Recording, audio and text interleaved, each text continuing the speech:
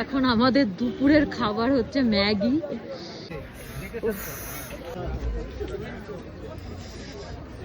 চলো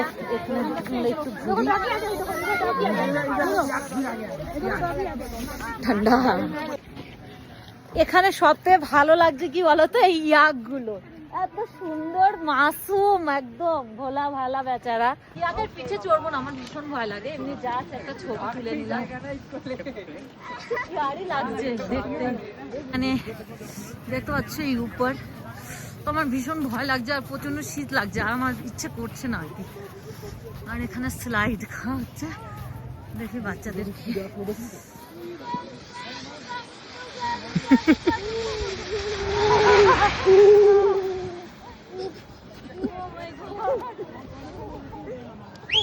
প্রচন্ড ভয় পেয়ে গেছিলাম আমি। সাধারণত নিচের উপরেই চড়ি না, সেখানে এটা এই উপর থেকে নিচে নামা ভীষণ ভয়ের ব্যাপার ছিল আমার জন্য। এটা শুধু এই ছেলের জন্য চড়েছিলাম।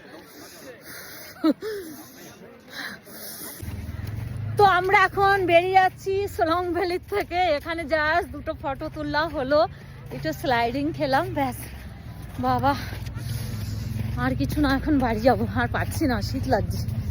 আমরা কিন্তু সোলাং ভ্যালি এসেই আগে ড্রাইভারকে ফোন করি যে ভাইয়া আমাদের সকালবেলা হোটেল থেকে নিয়ে এসে সোলাং ভ্যালিতে ছেড়ে দিয়েছে। উনি বলেছিল আপনারা যখন বিকালে ফিরবেন তখন আবার ফোন করবেন, আমি কিন্তু এখানেই থাকবো।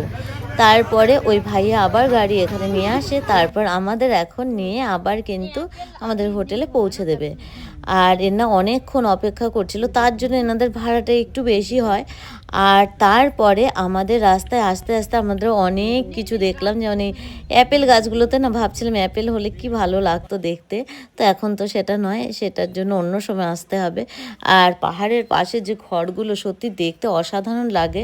তারপরে একটা ব্রিজের উপর দিয়ে আমরা চলে আসলাম হনুমান মন্দির। তো এই ভাইয়া বললো এই হনুমান মন্দিরটায় যেতে পারেন, এটা বেশ ভালো। তো ওখানে একটু দাঁড়ালো, তো সেখানেই যাচ্ছে। চলে এসেছি হনুমান মন্দিরে, একটা খুব সুন্দর একটা মন্দির।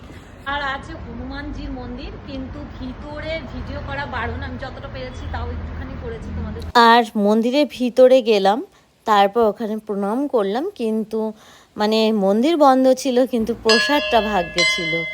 আর তোমরা তো জানো আমি